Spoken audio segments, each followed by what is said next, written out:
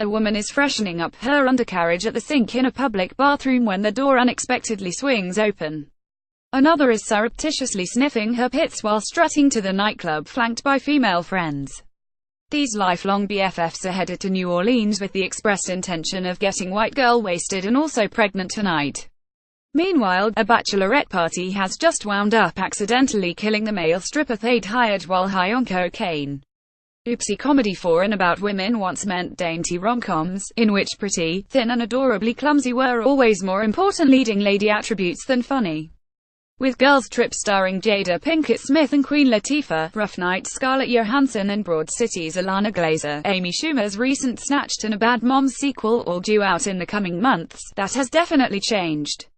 Now, female-fronted comedy means a beached adultess passing bacchanal featuring tequila slammers, toilet humor and absolutely no discernible moral compass. The above might not sound like particularly commendable behavior, but it's an achievement of sorts, says film historian Steve Masser. Most of the feature-length comedies that starred comedienne in the 1920s were Cinderella-type stories where the girl from the other side of the tracks gets her Prince Charming, always a millionaire, by the end of the picture. Watch the trailer for Rough Night. In Masser's recently published book, Slapstick Divas: The Women of Silent Comedy, he explores how the personas and performances of early film comedians such as Mabel Normand, Marie Dressler and Bebe Daniels were circumscribed by social expectations. These women had to remain ladylike, but much of the humor in their films came from them ending up in situations that required unladylike behavior while they still tried to remain ladylike.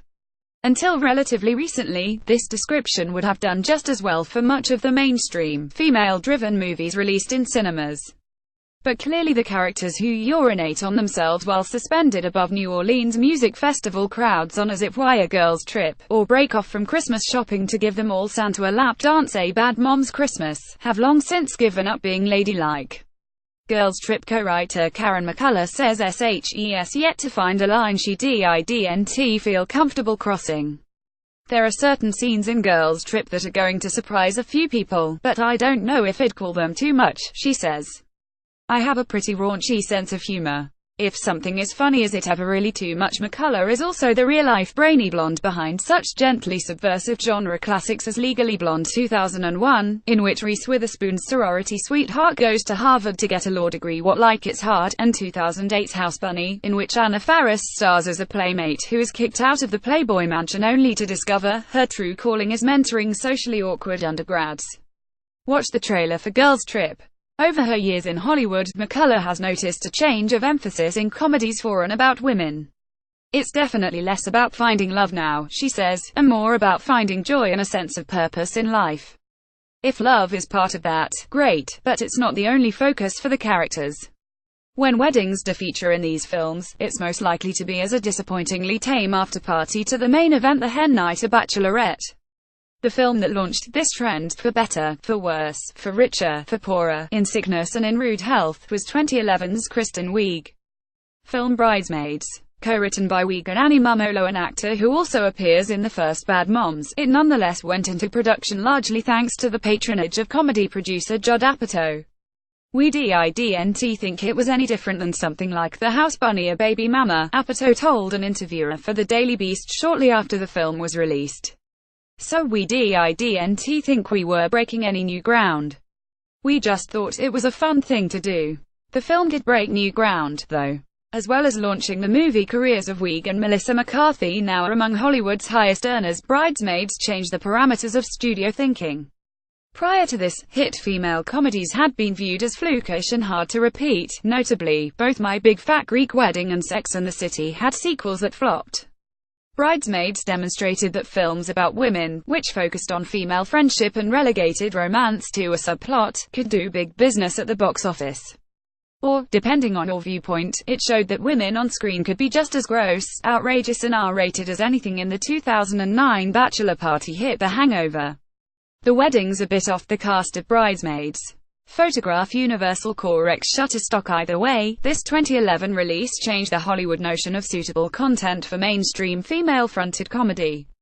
As McCullough summarizes, since everyone pooped in the sink in Bridesmaids, I think it's pretty much been an open playing field.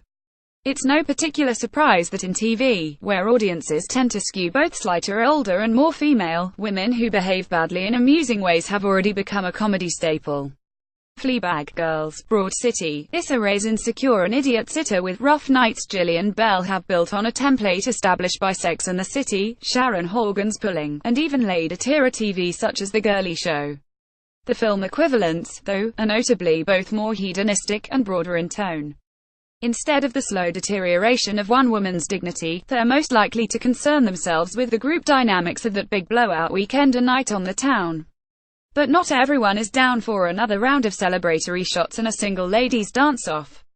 In a tweet last month, which has since been liked nearly 7,000 times, Jenny Slate, the star of 2014's more introspective comedy Obvious Child and a Girls guest star, expressed her dismay with the way things are going. "It makes me feel despair to continually read broad comedies where cool women just speak like basic, gross men," she wrote. "Tear down the system, please." The replies did the naming and shaming that Slate's proprietary character count would not allow. "By system you mean Amy Schumer then, right?" wrote one. "I don't mean to slag comedic queen Melissa McCarthy," wrote another, "but this applies to almost all of her roles since The Sick Bridesmaids. And I hate that fact." A third offered simply a two-word guess. Rough Night has also been critiqued in some publications more notable than Jenny Slate's Twitter mentions. In her New York Times review, critic Manola Dargis verbally rolled her eyes at a trend in which partying hard is meant as a stand-in for gender equality. Still, to write off these films as merely the gender-flipped take on the blockbuster raunch comedy is missing the point, says Rough Night's director and co-writer Lucia Aniello. Candid, true reactions from women in certain situations can be raunchy, though I kind of hate that word, as long as it's honest. People will laugh. Girls Gone Wild. Amy Schumer left and Goldie Hawn in Snatched. Photograph. Justina Mintz-Aniello and her co-writer Paul W. Downs honed their approach working together on some of the best and weirdest episodes of Broad City, so are largely inured to implicit judgments about how women should and shouldn't behave. "These women are based on my real friends," explains Aniello.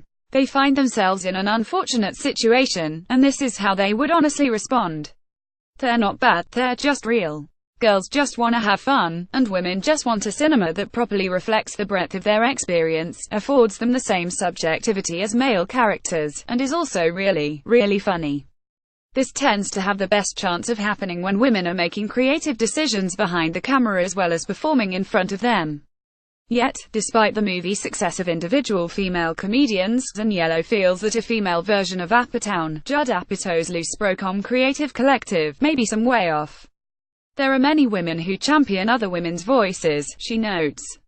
Amy Poehler, Tina Fey, Jill Soloway and Wanda Sykes, for example.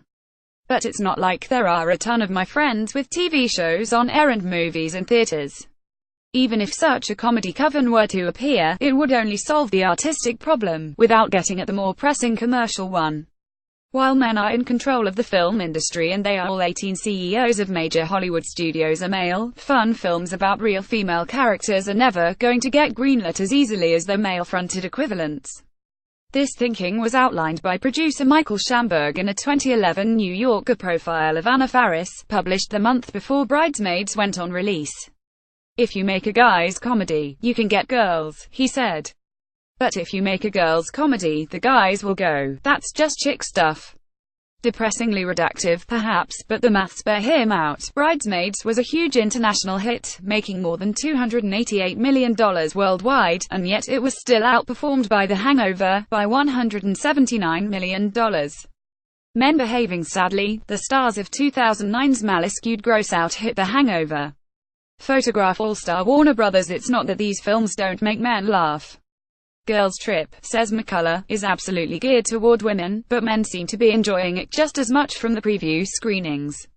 I saw it in a tiny room full of male agents and they were dying." Aniello reports a similar experience with Rough Night. "The problem is more persuading a paying male audience to venture into the cinema in the first place.